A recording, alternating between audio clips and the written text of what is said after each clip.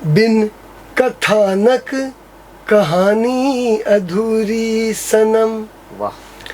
ना हो राजा तो रानी अधूरी सनम। वाह। नशा दर्द का जिस दिन तेरी आहों में आ जाएगा। क्या बात है। नशा दर्द का जिस दिन तेरी आहों में आ जाएगा।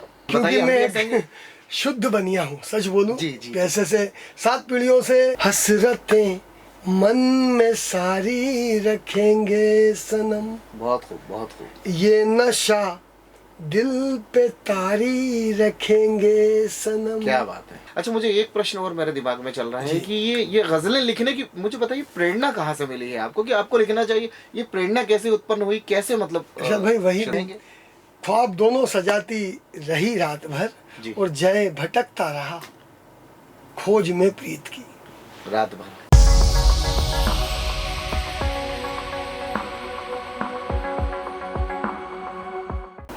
नमस्कार मित्रों, स्वागत है आप सभी का एआर ब्रॉडकास्ट के खास कार्यक्रम हरदा की बात में। और आज हम आप सभी के सामने लेकर आए हैं हमारा एक विशेष कार्यक्रम सुहानी शाम। हमारे स्टूडियो में आज मौजूद है हरदा की एक अजीम व शान शख्सियत जो किसी परिचय की मोहताज नहीं है। पेशे से आप बहुत ही उम्दा शायर हैं, कवि हैं, रंगोली बनाना बहुत अच्छे से जानते हैं और विशेष रूप से क्राफ्ट और भगवान जी का श्रृंगार करना आपका शौक है। मैं परिचय करा रहा हूं आप सभी का हरदा जिले की एक जानी मानी हस्ती श्री जय कृष्ण जी चांडक से। चांडक जी, स्वागत है आपका हमारे स्टूडियो में। बहुत बहुत धन्यवाद इरशाद भाई। सबसे पहले चांडक जी, मैं आपसे कुछ बातें करना चाहूँगा आपके जीवन के बारे में, आपके बारे में, आपकी कला के बारे में और आप जो शायरियाँ लिखते हैं उसके बारे में। बहुत बहुत धन्यवाद इरशाद भाई। वाकई बहुत अच्छा लग रहा है मुझे आज यहाँ आकर, और आपने मुझे इस कार्यक्रम के लिए चुना, यहाँ आमंत्रित किया, मैं उसके लिए बहुत बहुत आभारी हूँ आपका। और एआर ग्रुप और एआर ब्रॉडकास्ट का मैं तहे दिल से शुक्रगुजार हूँ। जैसा कि हमारा ये सेगमेंट सुहानी शाम हमने शुरू किया है जय भैया, जी जी, इसका मूल उद्देश्य ये है कि हम आज लोग देखा जाता है डिप्रेशन की तरफ ज़्यादा जा रहे हैं और उदास रहना लोग शुरू कर दिए, हंसना भूल गए हैं लोग, एकाकी हो गए हैं। हाँ, एकाकी हो गए हैं जी। तो हम हमारे इस कार्यक्रम के माध्यम से प्रत्येक शनिवार रात को 9 बजे के आसपास कुछ पुराने नगमे, कुछ हसीन शायरियाँ, ये सब सुनाकर उनका मूड फ्रेश करना चाहते हैं ताकि जब वो बिस्तर पर सोने के लिए जाएं और सुबह जब उठें तो वो हसीन सपनों के साथ उठें, एक नई ऊर्जा के साथ उठें। हमारा उद्देश्य ये है।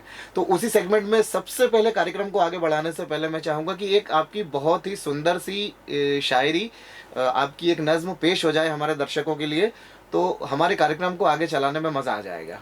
बिल्कुल, आपने सही कहा। तो मैं पहले अपने परिचय की 4 पंक्तियाँ जो मैं लगभग हर मंच से पढ़ता हूँ। बात मोहब्बत की है कि नशा दर्द का जिस दिन तेरी आहों में आ जाएगा। क्या बात है।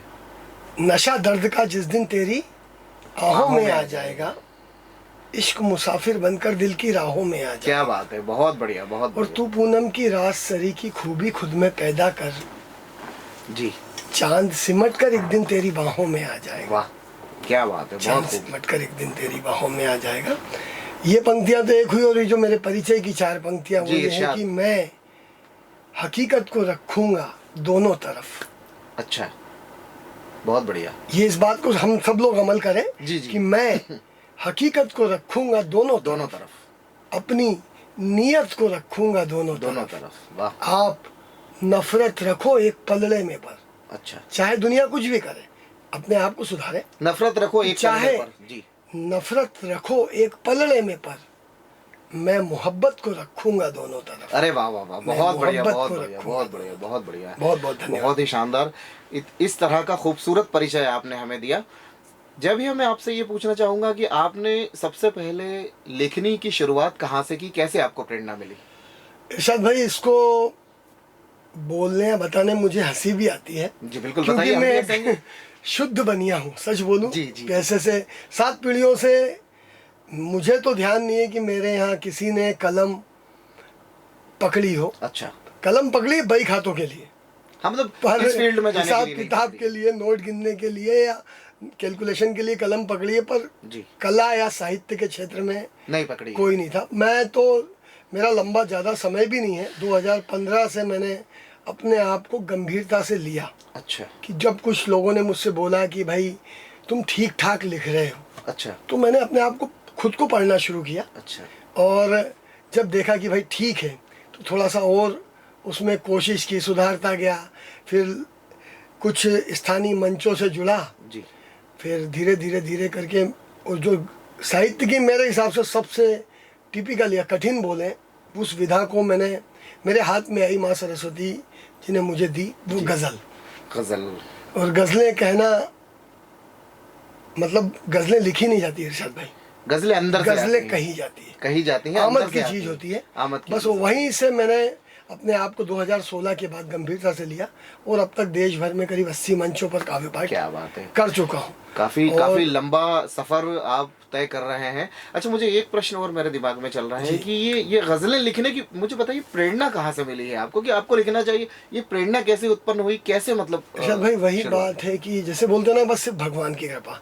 और मैं मेरी गज़लों में, जहाँ तक मेरा ख्याल है, आप सुनेंगे या पढ़ेंगे या आपने पढ़ी भी हैं, जी तो आसपास जो हो रहा है हमारे आसपास, या हम जो हमारे यहाँ थोड़ा सा उल्टा सीधा देख रहे हैं या गलत देख रहे हैं या कुछ ऐसा देख रहे हैं जो हमें या नहीं होना चाहिए, वो चीज़ें देख रहे हैं, जी। तो उन चीज़ों से उस चीज़ की उपज होती है। वैसे मैंने आपको बताया कि गज़ल लिखी नहीं जाती, गज़ल तो आती है। अच्छा। एक गज़ल में अगर 6 शेर हैं, तो वो 6 अलग दिशा के हैं। हाँ, इसी के लिए पर्टिकुलर एक, जैसे किसी गीत में एक गीत का मुखड़ा होता है, जी, तो जी, 3 जी। बंद उस पे चलते हैं, पर गज़ल के 6 शेर अलग अलग होते हैं। मतलब एक बात जहाँ तक मुझे समझ में आई है, नासिर काज़मी साहब का एक शेर है जो आप समझाना चाहते हैं, मैं इन लाइनों से समझाता हूँ कि जब तार पर चोट पड़ती है तो नगमा तो अपने आप ही फूटता है। बिल्कुल हकीकत है। कहीं ना कहीं आपको चोट लगी, एक बस वाद्य यंत्र पे यही जो चोट बात लगती है, आपने वो नगमा कही अपने कि आप जो निकल आता सामने है। स्थिति होती है, जी। उसको देखकर जी कभी कभी पीड़ा भी होती है, और कभी कभी उसमें कुछ अच्छाई होती है, तो वो भी उन चीज़ों में जी, आती है। जी, जी, जी। तो वो निर्भया कांड हुआ था, तो वो 4 दिल्ली में। पंक्तियाँ दिल्ली में हुआ था, तो 4 पंक्तियाँ ये थी कि लुटेरा हो अगर आज़ाद, जी, तो अपमान सबका है, अपमान सबका है। लुटी है एक बेटी तो लुटा सम्मान सबका है, जी और बनो इंसान पहले छोड़कर सब मजहबी बातें, जी, लड़ो मिलकर दरिंदों से ये हिंदुस्तान सबका है। वाह वाह वाह वाह, लड़ो क्या मिलकर बात है, दरिंदों बहुत से ये बहुत हिंदुस्तान सबका है। बहुत तो बड़ी ये बात, कुछ बहुत अंदर तक छू लेने वाली बहुत बात धन्यवाद। आपने कही होगी। और निश्चित ही हमारे दर्शकों को भी आपकी ये पंक्तियां बहुत पसंद आई बहुत होंगी। धन्यवाद सर। एक बात और मैं आपसे पूछना चाहता था कि आप शायरी के साथ साथ में रंगोली भी बनाते हैं, बहुत जी। खूबसूरत, ये भी हमने देखा है। आप क्राफ्टिंग वर्क भी बहुत अच्छा करते हैं, आप भगवान जी का श्रृंगार भी बहुत अच्छे से करते जी हैं। बिल्कुल सच। तो अभी तक इस यात्रा के बारे में कुछ बताइए हमें। इरशाद भाई, सच बोलूं तो ये जो यात्रा है, जी आधी, अगर मेरे जीवन के बारे में कहूँ तो आधा जीवन मेरा ये है, जी और आधा मैं हूँ। जी सच बोलूं तो जी ये करीब 40 साल की, मेरी 52 साल की उम्र है, और 40 साल की मेरी ये यात्रा है। जी पहला श्रृंगार मैंने भगवान का 12 साल की उम्र में, एक हरदा में विमान महोत्सव होता है, डोल 11 उत्सव हाँ, होता है, डोल 11 सूक्त। उसमें मैंने भगवान की झांकी बनाई थी, वो जी। एक ठेले पे मैंने। और उसके बाद से अनवरत विभिन्न मंदिरों में अब तक करीब 550 से ऊपर कलाकृतियाँ का निर्माण कर चुका हूँ। मैंने आपकी कलाकृति हमारे हरदा में कृषि उपज मंडी में जो पंचपुतलेश्वर जी। मंदिर है वहाँ, जी और श्री जगन्नाथ जी की जो झांकी निकलती है, जी। भगवान जगन्नाथ जी की जो बिल्कुल झांकी निकलती है, उसमें मैंने आपकी उस कलाकारी को देखा बिल्कुल, है। और हमारे यहाँ जो महेश्वरी मंदिर है, कन्हैया मंदिर, मंदिर, उसको भी आपने कईयों बार सजाया है, और आपने पर्सनली भी व्हाट्सएप पे मैसेजेस किए कि आकर देखा जाए। मैंने देखे, निश्चित ही आप इतना खूबसूरत भगवान का श्रृंगार करते हैं। हरदा के अंदर हमारी ये कितनी महान विभूति मौजूद है, इसके लिए हम सब हरदावासी आपके धन्यवाद बहुत प्रेषित करते हैं आपको। ये आप लोगों की शुभकामना और आप लोगों की प्रेरणा ही है, उसी से आगे बढ़ने का उत्साह मिलता है। एक प्रश्न मेरे दिमाग में और उठता है कि आप कला के क्षेत्र में भी पारंगत हैं, मेरे ख्याल से आपको हरफन मौला कलाकार कहना कोई बड़ी बात नहीं होगी, लेकिन इसी के साथ साथ आप एक मशहूर इंडस्ट्रीज भी हैं, आपकी एक इंडस्ट्री है यहाँ पर, और आप उसको भी चलाते हैं, उसको भी सेटअप पूरा मैनेज करते हैं, और आप स्वयं करते हैं। जी। और कला के क्षेत्र में भी आप लगातार मुशायरों के लिए, कवि सम्मेलनों के लिए बाहर जाते हैं। समय समय पर जब आपको कलाकृतियां बनाने के लिए बुलाया जाता है तो आप वहां पर भी जाते हैं। और परिवार भी देखना है आप ही को, क्योंकि आप शायद परिवार में सबसे बड़े मैं हैं। अकेला ही हूँ, 8 बहनों में अकेला हाँ, भाई हूँ। 8 बहनों में आप एक भाई हैं। तो इस सब को आप कैसे अपने जीवन में कैसे मैनेज कर पाते हैं? मेरा तो ये मानना है इरशाद भाई कि अगर आपके मन में हो जी। तो सब कुछ किया जा सकता है। अच्छा। भाई 24 घंटे कम नहीं होते हैं दिन में। जी। भाई मुश्किल से, भाई तकलीफ उन लोगों को है जो ये बोलते हैं कि मेरे पास समय नहीं है। अच्छा। मेरे पास, मुझे नहीं लगता कि मुझे कभी समय का अकाल हुआ हो। अच्छा, ये युवाओं के लिए बहुत प्रेरणादायक बात मतलब ये बोल गई बहुत आपने। बड़ी हकीकत बता रहा हूँ। 52 साल की उम्र में, मैं 12 साल की उम्र से, 25-22 साल की उम्र से मेरी इंडस्ट्री है। अभी एक इंडस्ट्री मैंने बेटे के लिए और शुरू की है। अच्छा, वहीं पर? वही दूसरी जगह है, वो वुडन क्राफ्ट और आर्टिकल्स में काम करता है। ऑनलाइन मैन्युफैक्चरिंग है अपना, और वो ऑनलाइन। तो करीब व्यवसाय तो हम लोगों का पुश्ते नहीं है, किराने का थोक काम भी है। अच्छा। घर में अकेला भी हूँ, पर सुबह 5:30 बजे उठने के बाद रात के 11 बजे तक कभी ऐसा नहीं लगा कि आज मेरे पास समय नहीं। समय नहीं है, मतलब और आप सब काम अपनी जगह हो जाते हैं। समय का भरपूर उपयोग करना जी, आप जानते हैं, और बिल्कुल। ये कला बहुत कम लोगों में होती है। ये और ये वाकई- हमारे युवा दर्शक जो हमें देख रहे बिल्कुल, हैं, मैं तो बोलूंगा साहब, ये उनके बोलना लिए- छोड़ दे कि हमारे पास समय नहीं है। उनके लिए बहुत प्रेरणादायक ये है। बोलना छोड़ दे कि समय नहीं है। चलिए, अब मैं आपसे निवेदन करूंगा कि हमने आपकी शायरियों में कुछ मोहब्बतें भी देखी हैं, जी, तो मैं चाहूंगा कि हमारे दर्शकों के लिए आप कुछ मोहब्बतों पर से प्रस्तुत करें। बिल्कुल। मोहब्बतों पर तो बहुत कम लिखता हूँ, पर एक मुक्तक मेरा बहुत पसंदीदा है। वो मोहब्बत पर है कि बहुत चाहा मगर सांचे में तेरे ढल नहीं पाया। क्या बात है। बहुत चाहा मगर सांचे में तेरे ढल नहीं पाया, सुहाना ख्वाब आंखों में इश्क का पल नहीं पाया। क्या बात है, बहुत खूब। और लाख कोशिश हमारी थी मगर मुश्किल इन राहों पर, अच्छा। कभी लाख तू कोशिश। चल नहीं पाई, कभी मैं चल नहीं पाया। वाह वाह वाह वाह। कभी क्या तू बात चल है, नहीं पाई, क्या बात है। कभी मैं चल नहीं पाया। धन्यवाद। अब आप कैसे कह सकते हैं कि आप मोहब्बतों भरी शायरियाँ नहीं लिखते हैं? पर यह समझ लीजिए कि अकस्मात है, अकस्मात है। ठीक है। मेरी शायरी का हिस्सा नहीं है, पर कभी कभी आमद हो जाती है। जय जी, एक चीज बताइए, आपने देश के अनेकों मंचों पे जा जाकर अपना प्रस्तुतिकरण किया है, आपने मुशायरों में भी भाग लिया है, आपने बिल्कुल। कवि सम्मेलनों में भी भाग लिया है।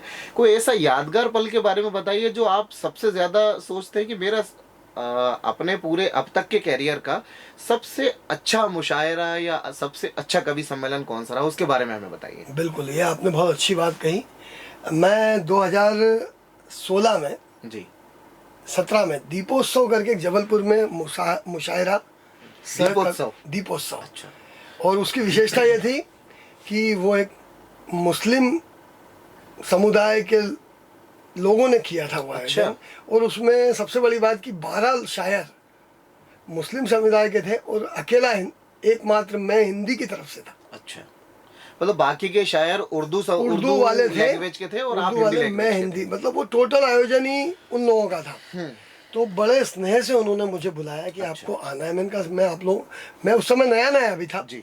तो वहाँ पर ये मान के चले साहब कि बड़ी, जिसको बोलते हैं ना, झिझक से गया, क्योंकि मैं उतना अभ्यस्त नहीं था उस समय मंचों उतना का। परिपक्व नहीं हो पाए थे उस मतलब समय। परिपक्व भी नहीं, अभ्यस्त भी नहीं था मंचों का।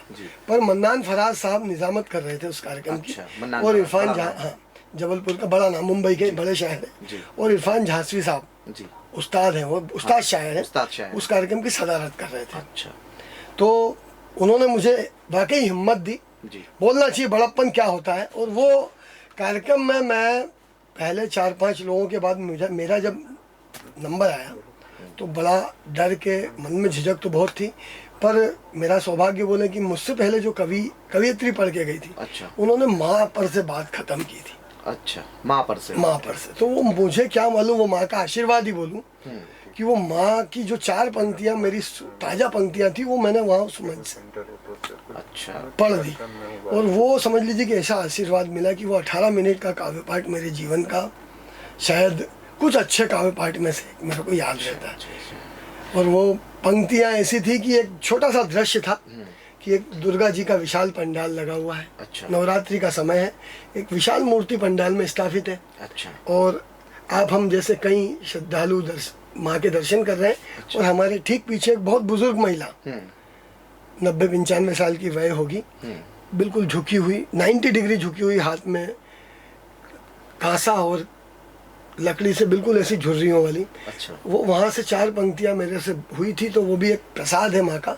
वो 4 पंक्तियाँ मैं जरूर सुनाना चाहूँगा यहाँ आज। बिल्कुल, मैं बोलने ही वाला था आपसे कि मैं चाहता हूँ हमारे व्यूवर्स के लिए आप वो पंक्तियाँ जरूर यहाँ पर बिल्कुल, सुनाएं। वो ये था कि भाई वो आप उस दृश्य को देखें जो मैंने बताया और 4 पंक्तियाँ सुने जी। कि बात सच में है कितनी बड़ी देखिए, जी। बात सच में है कितनी बड़ी देखिए, भूख से उम्र अक्सर लड़ी देखिए। वो 1 महीने का बच्चा हो चाहे 100 साल का हो, भूख लगेगी तो वो हाथ पैर मारेगा। वो 90-95 साल की महिला जिससे कुछ नहीं बन रहा, वो हमसे मांगने खड़ी है। बिल्कुल। बस वहीं से वो पीड़ा थी कि बात सच में है कितनी बड़ी देखिए, भूख से उम्र अक्सर लड़ी देखिए, और अपने बच्चों से ही मांगने रोटियां। हम आगे पीछे खड़े थे। अपने बच्चों से ही मांगने रोटियां, सामने माँ के माँ ही खड़ी देखिए। बहुत गहरी बात सामने माँ के माँ ही खड़ी देखिए। मैं खुद भी पढ़ता हूँ तो मेरे रोंगटे खड़े होते हैं। हमें भी ऐसा लग रहा है कि, और हमारे दर्शकों ने भी अगर इसे सुना होगा तो कहीं ना कहीं रोंगटे खड़े हुए होंगे, क्योंकि आपने बहुत गहरी चोट की है, आपने सीधे दिल के ऊपर चोट की। उतने हजारों लोग अगर एक निर्जीव प्रतिमा की बजाय उस एक सजीव प्रतिमा को देख लेते, जी जी बिल्कुल बिल्कुल, तो वो शायद अपना अंतिम समय अच्छे से गुजार पाती। ठीक है। और उसके बाद जो मैंने गजलें पढ़ी जी, तो ये मान के चलिए कि वो माँ का आशीर्वाद, हर गजल पे, हर शेर पे मुझे माला और तालियां। बिल्कुल बिल्कुल, वो माँ का मेरा वो आशीर्वाद झिझक। और हाँ, थोड़ा सा बाद में सब लोगों ने बोला कि नहीं जय भाई, बोले आपने तो कमाल कर दी। जब ये एक चीज मुझे आपसे पूछनी थी कि आपको आपकी लेखनी में ऐसा कब लगा कि सबसे ज्यादा बेस्ट गजल मेरी ये हुई है? जी, अगर आप वो हमारे व्यूवर्स को सुनाएंगे, हमारे दर्शकों को सुनाएंगे, तो ऐसा लगेगा कि आज आपने हमारा दिन बन ये गया। बात तो वो कह दी कि जैसे बोलते हैं ना कि माँ को अपना कौन सा बच्चा प्यारा। मतलब ये हकीकत है भाई। 3-4 बच्चे अगर खड़े हैं तो किसी से पार्शलिटी तो कर नहीं सकते। मुझे अपनी पहली गजल के बाद हर दूसरी गजल बहुत अच्छी लगती है। लेकिन फिर भी पर कुछ वाकई जो आपने बोला ना, कुछ गजलें होती हैं जो कि जैसे एक गजल के कुछ शेर मुझे याद आते हैं कि इश्क के रास्तों से गुजर जाऊं मैं, इश्क के रास्तों से गुजर जाऊं मैं। वाह। इश्क के रास्तों से गुजर जाऊं मैं, जी। बात दिल की कहूं या ठहर जाऊं मैं। वाह, क्या बात दिल की कहूं या ठहर जाऊं मैं। और फिर आप पलट देखिएगा, पीड़ा देखिएगा कि हमारे आसपास के माहौल से हम लोग बहुत दुखी हैं, कि जाहिर है इस घुटन में भला कैसे जी पाऊंगा, इस घुटन में भला कैसे जी पाऊंगा, इस घुटन में भला कैसे जी पाऊंगा, कुछ दिनों के लिए काश मर जाऊं मैं, कुछ दिनों के लिए काश मर जाऊं मैं। तो ये कुछ शेर ऐसे हुए। और 1-2 गजल ऐसा है कि मोहब्बत की बात करें कि वो गजल गीत गाती रही रात भर, वो गजल गीत गाती रही रात भर, वो गजल गीत गाती रही रात भर, अच्छा, शायरी मुस्कुराती रही रात भर। वाह वाह वाह, क्या बात है। वो गजल गीत गाती रही रात भर, शायरी मुस्कुराती रही रात भर। और ये शेर सुनिएगा कि नींद तेरी कहीं। अच्छा, देखिएगा अपनी प्रेमिका को याद करते हुए शायर क्या बोल रहा है, नींद तेरी कहीं, आंख मेरी कहीं। नींद तेरी कहीं, आंख मेरी कहीं, ख्वाब दोनों सजाती रही रात भर। क्या बात है, क्या बात है, ख्वाब दोनों सजाती रही रात भर। और मुझे मेरे साथ एक थोड़ा सा और बोलेंगे कि मक्ते के लिए मुझे अपने आप पे घमंड होता है, गर्व होता है कि मक्ता हमेशा मेरा कमाल करता है। ये भी सुनिएगा, बिल्कुल आपका कमाल देखना चाहेंगे, सुनना चाहेंगे। ख्वाब दोनों सजाती रही रात भर, और जय भटकता रहा खोज में प्रीत की रात भर। जय भटकता रहा खोज में प्रीत की, रात राहें बताती रही रात भर। अरे वाह वाह वाह वाह वाह, क्या बात है। राहें बताती रही रात भर, जय भटकता रहा खोज में प्रीत की। बहुत गहराई है, बहुत गहराई है इसमें। और 4 पंक्तियां ऐसी होती है कि वो जो मेरे ऊपर जो हमेशा, मतलब कई लोग ऐसे भाई अगर 100 में से 90 चाहने वाले हैं तो 10 पीछे नहीं चाहने वाले भी हैं, खींचने वाले भी हैं। तो वो ये हमारा भला ही चाहते हैं। वो भी हमारे अपने ही हैं। हाँ वो ठीक है, वो किस तरह से भला चाहते हैं कि कोई आंखों में खल रहा होगा, अच्छा, कोई आंखों में खल रहा होगा। कोई आंखों में खल रहा होगा, हम्म, कोई बच के निकल रहा होगा। क्या बात है। कोई आंखों में खल रहा होगा, कोई बच के निकल रहा होगा। और ये आपके साथ भी होता है कि जुर्म करके गुजर गया कोई, अच्छा जुर्म करके गुजर गया कोई, अच्छा, नाम मेरा उछल रहा होगा। क्या बात है। नाम मेरा उछल रहा होगा। बहुत खूब, बहुत बहुत खूब। बहुत धन्यवाद। एक मैंने आपको बहुत सारे मंचों पर सुना है, हमारे बहुत सारे दर्शकों ने आपको मंचों पर सुना है। जी जय जी, आप तरन्नुम में भी बहुत अच्छा पढ़ते हैं। मतलब जब आप तरन्नुम में पढ़ रहे होते हैं तो कहीं ना कहीं लोग आपको देखते रहते हैं और सुनते रहते हैं, और वाहवाही आपको लगातार मिलती रहती है। इसका मैं खुद भी एक गवाह हूँ। जी बहुत सारे मंचों पर आपको सुना, तो मैं चाहूँगा कि आज आप हमारे युवाओं के लिए तरन्नुम में कुछ पढ़िए, कुछ नज्म पढ़िए तरन्नुम में। और चूंकि हमारे हमसे जुड़े हुए युवा बहुत सारे हमारे व्यूअर्स हैं, हमारे सब्सक्राइबर्स हैं, तो मैं चाहता हूँ एक तरन्नुम में आप उनके लिए पेश करें। बिल्कुल, मैं 4 पंक्तियां पहले सबसे पहले तरन्नुम ये पढ़ता हूँ। जी, इरशाद है। बिन कथानक कहानी अधूरी सनम, क्या बात है, बहुत बढ़िया। बिन कथानक कहानी अधूरी सनम, वाह, ना हो राजा तो रानी अधूरी सनम, वाह, बहुत बढ़िया। राग बिन रागनी चांद बिन चांदनी, बहुत खूब।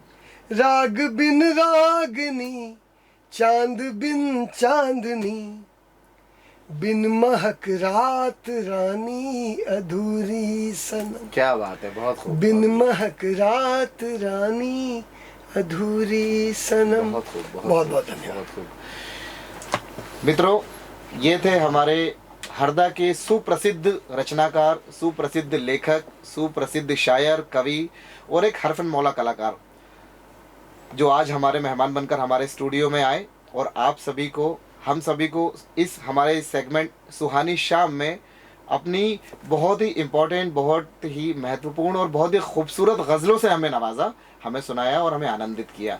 मुझे आशा है कि आपकी शाम बहुत सुहानी जाएगी और कल जब आप सुबह उठेंगे तो बहुत मुस्कुराते हुए उठेंगे। हमारे इस कार्यक्रम का यही उद्देश्य ही है। आप सभी को हमारा ये कार्यक्रम कैसा लगा, हमें स्क्रीन पर दिए हुए हमारे व्हाट्सएप नंबर पर और हमारे ईमेल एड्रेस पर संदेश के माध्यम से अवश्य भेजें। आप सभी का बहुत बहुत धन्यवाद। मैं चलते चलते चाहूँगा आदरणीय जय जी से कि इस रात को और सुहानी बनाने के लिए अंतिम पंक्तियां, अंतिम नज्म आप ज़रूर सुनाएं, ताकि हम जाते जाते गुड बाय करते हुए हमारे दर्शकों को एक आपकी पंक्तियां सुनना चाहेंगे। बिल्कुल बिल्कुल, मेरा मन की बात आपने कही। मेरी बहुत, हर मंच से मैं ये पढ़ता भी हूँ हर आखिरी में, बिल्कुल कि ये भी तरन्नुम से ही पढ़ता हूँ मैं जी। अपने दर्शकों के लिए कि हसरतें मन में सारी रखेंगे सनम, बहुत खूब। हसरतें मन में सारी रखेंगे सनम, बहुत खूब, बहुत खूब। ये नशा दिल पे तारी रखेंगे सनम, क्या बात है। इस बहाने से मिट जाएंगी दूरियां, हम मुलाकात जारी रखेंगे सनम। बहुत खूब, बहुत बहुत बहुत धन्यवाद। इसी तरह मिलते रहें, हंसते रहें, जुड़े रहें। आप सभी का बहुत बहुत धन्यवाद। हमारे कार्यक्रम कैसा लगा हमें कृपया स्क्रीन पर दिए हुए हमारे ईमेल एड्रेस पर और हमारे व्हाट्सएप नंबर पर संदेश के माध्यम से अवश्य बताएं। तो ये था हमारे विशेष कार्यक्रम सुहानी शाम। धन्यवाद। बहुत बहुत धन्यवाद। बहुत बहुत धन्यवाद।